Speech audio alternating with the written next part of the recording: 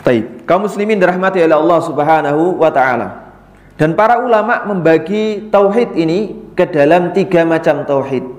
Dan perlu diperhatikan bahwasanya pembagian tauhid ini bukan pembagian tujuan dari tauhid, tapi hanya takribul fahmi, mendekatkan pemahaman manusia. Jadi kalau ada orang-orang bagi tauhid menjadi 3, berarti Tuhannya 3, enggak sama sekali.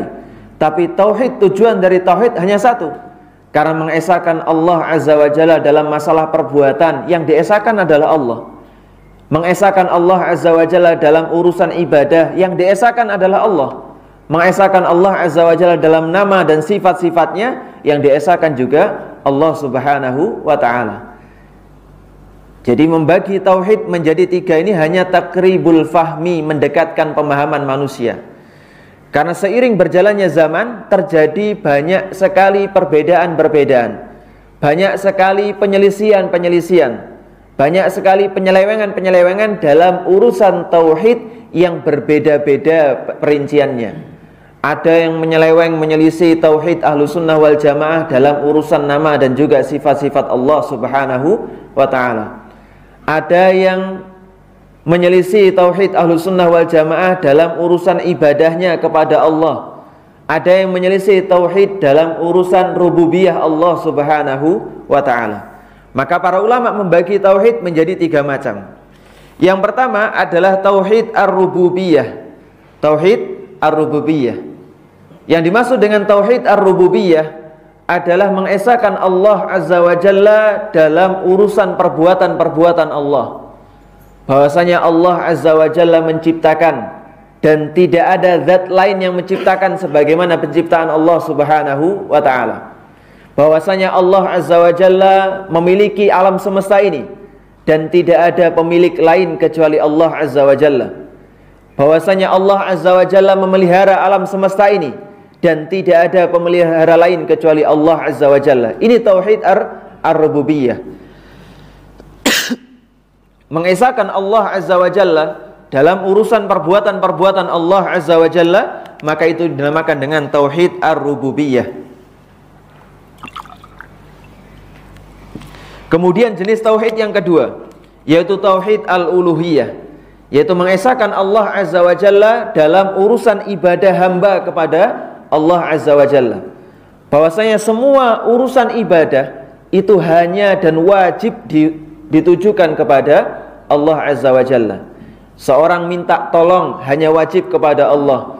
Seorang minta perlindungan hanya wajib kepada Allah Subhanahu wa ta'ala. Seorang menyembah hanya wajib kepada Allah. Seorang berkurban hanya wajib kepada Allah. Makanya kalau orang melanggar ibadah-ibadah tadi ditujukan kepada selain Allah, maka tauhidnya rusak alias jatuh ke dalam perkara kesyirikan. Itu jenis tauhid yang kedua. Tauhid yang ketiga adalah tauhidul asma'i was sifat, yaitu mengesahkan Allah Azza wa Jalla atau meyakini bahwasanya Allah Azza wa Jalla memiliki kesempurnaan yang mutlak dalam masalah nama dan juga sifat-sifat Allah Subhanahu wa ta'ala. Makanya beberapa nama dari nama-nama Allah Azza wa Jalla, seorang hamba dilarang untuk menamai dirinya dengan nama-nama tadi. Misal seorang hamba tiba-tiba ngasih nama Ar-Rahman, ini enggak boleh, ini enggak boleh. Tapi yang boleh adalah Abdurrahman, Amatur Rahman, Amatur Rahim dan seterusnya. Taib, itu 3 macam tauhid. Yang mana tujuan dari ketiga tauhid tadi sama, yaitu Allah Subhanahu wa ta'ala. Enggak boleh seorang hamba tauhid asma wa sifatnya benar tapi tauhid uluhiyah salah. Ini enggak boleh. Enggak boleh seorang tauhid rububiyahnya benar, seorang yakin Allah sebagai penciptanya, kemudian dia berkorban untuk kemudian ditujukan kepada, dijadikan sesajen, terus kemudian tujukan kepada penghuni tempat tertentu. Ini enggak boleh, ini enggak boleh. Begitupun seorang ketika ibadahnya benar, tujuannya hanya Allah Subhanahu wa ta'ala, tapi tauhid asma wa sifatnya rusak, maka ini juga enggak boleh. Jadi 3 macam tauhid ini harus ada dalam diri seorang hamba. Sekali lagi, kenapa dibagi menjadi 3 tadi? Karena banyaknya manusia yang mereka menyelisih tauhid bukan pada satu penyelisihan. Ada yang menyelisih dalam masalah tauhid uluhiyah, ada yang menyelisih dalam tauhid rububiyah dan selainnya. Dan para ulama ketika menulis sebuah kitab, maka mereka menulis kitab dengan konten materi yang terjadi pada zaman itu. Imam Ahmad rahimahullah ta'ala, di mana di zaman Imam Ahmad rahimahullah ta'ala terjadi fitnah khalqul Quran, yaitu para penguasa pada masa itu dan kaum muslimin pada masa itu dipaksa untuk mengucapkan bahwasanya Al-Quran adalah makhluk. Al-Quran adalah makhluk.